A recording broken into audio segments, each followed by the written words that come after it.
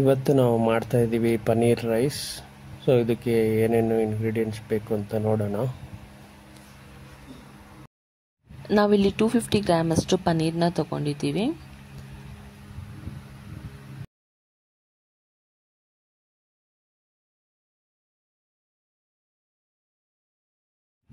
ಹಾಗೆ ಇದ್ರ ಜೊತೆ ಮಿಕ್ಸ್ಡ್ ವೆಜಿಟೇಬಲ್ಸ್ ಕೂಡ ಹಾಕ್ತಾ ಇದ್ದೀವಿ. ಮಿಕ್ಸ್ಡ್ ವೆಜಿಟೇಬಲ್ಸ್ನ ಆಲ್ರೆಡಿ ನಾವು ಬಾಯ್ಲ್ ಮಾಡ್ಕೊಂಡು ಸಪ್ರೇಟಾಗಿ ಇಟ್ಕೊಂಡಿದ್ದೀವಿ. ಇನ್ನು ನೋಡ್ತಾ ಇದ್ದೀರಲ್ಲ ನೀವು.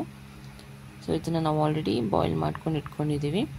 ಈಗ ನಾವು ಪನ್ನೀರ್ಗೆ ಫಸ್ಟ್ ಸ್ವಲ್ಪ ಅದನ್ನು ಬಿಸಿ ನೀರಿಗೆ ಸ್ವಲ್ಪ ಸೋಕ್ ಮಾಡಿ ಇಡೋಣ. ಬಿಸಿ ನೀರಿಗೆ ಸ್ವಲ್ಪ ಉಪ್ಪು ಹಾಕ್ಬಿಟ್ಟು ಒಂದು 5 to 10 ಮಿನಿಟ್ಸ್ ಅದನ್ನು ಸ್ವಲ್ಪ ನೀರಲ್ಲಿ ಚೆನ್ನಾಗಿ ಸೋಕ್ ಮಾಡಿ ಇಡಬೇಕು. ಸೊ ಅದರಿಂದ ಪನ್ನೀರ್ ಸ್ವಲ್ಪ ಸಾಫ್ಟ್ ಆಗುತ್ತೆ ಮತ್ತು ಉಪ್ಪು ಅಬ್ಸಾರ್ಬ್ ಮಾಡ್ಕೊಳ್ಳುತ್ತೆ. ಈಗ ಇಲ್ಲಿ ನಾನು ಒಂದು ಪ್ಯಾನ್ಗೆ ಸ್ವಲ್ಪ ಎಣ್ಣೆ ಹಾಕ್ಕೊಳ್ತಾ ಇದ್ದೀನಿ.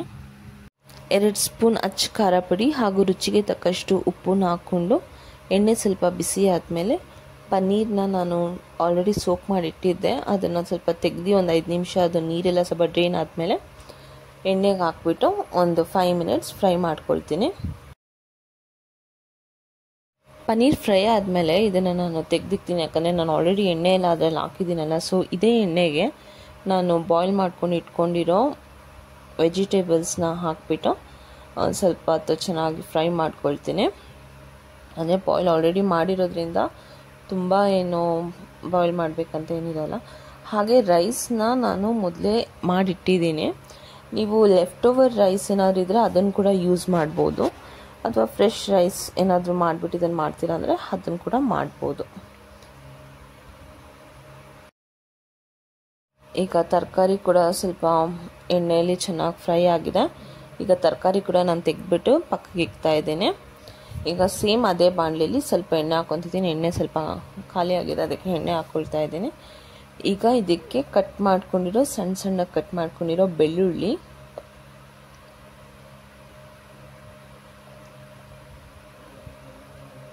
ಶುಂಠಿ,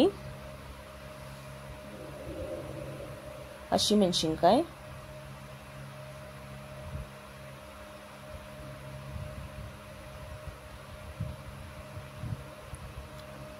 ಹಾಗೂ ಈರುಳ್ಳಿ ಸ್ವಲ್ಪ ಗೋಲ್ಡನ್ ಬ್ರೌನ್ ಆಗೋವರೆಗೂ ಫ್ರೈ ಮಾಡ್ಕೊಳ್ಳೋಣ.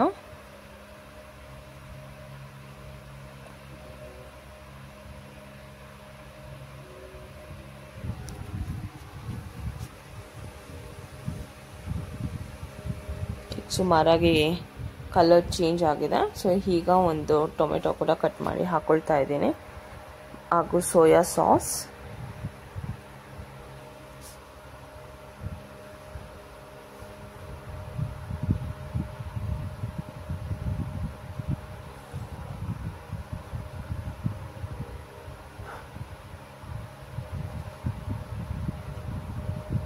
ಮತ್ತು ಸ್ವಲ್ಪ ಚಿಲ್ಲಿ ಪೌಡರ್,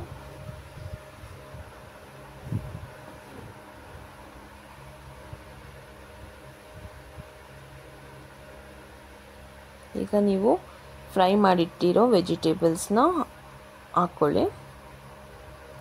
ಅಂದರೆ ನೀವು ಹಾಗೆ ಮಾಡಿಕೊಂಡ್ರೆ ಅದು ಈರುಳ್ಳಿ ಎಲ್ಲ ಸ್ವಲ್ಪ ಫ್ರೈ ಆಗಲ್ಲ, ಅದಕ್ಕೆ ನಾವು ಅದು ಸಪ್ರೇಟಾಗಿ ಮಾಡ್ಕೊಂಡೆ. ನೀವು ಬೇಕಂದರೆ ಬೇರೆ ಪಾತ್ರೆಯಲ್ಲಿ ಕೂಡ ಮಾಡ್ಬೋದು.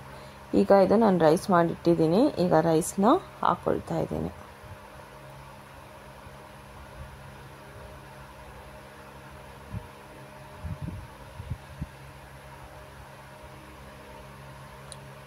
ಮೊದಲು ರೈಸ್ನ ಚೆನ್ನಾಗಿ ಮಿಕ್ಸ್ ಮಾಡ್ಕೊಳ್ತೀನಿ. ನಂತರ ಪನ್ನೀರ್ ಕ್ಯೂಬ್ಸ್ನ ಹಾಕ್ಕೊಳ್ತೀನಿ. ಪನ್ನೀರ್ ಅಂದರೆ ಫುಲ್ ಎಲ್ಲ ಒಟ್ಟಿಗೆ ಹಾಕಲ್ಲ, ಅರ್ಧ ಫಸ್ಟ್ ಹಾಕ್ಬಿಟ್ಟು ಚೆನ್ನಾಗಿ ಮಿಕ್ಸ್ ಮಾಡಿಕೊಂಡು ಇನ್ನು ಸ್ವಲ್ಪ ಮಿಕ್ಕಿತ್ತು ಮೇಲ್ಗಡೆ ಹಾಕ್ತೀನಿ. ನೀವೇ ನೋಡ್ತಾ ಇರ್ಬೋದು, ಎಣ್ಣೆ ನೋಡಿ ಎಷ್ಟಿದೆ.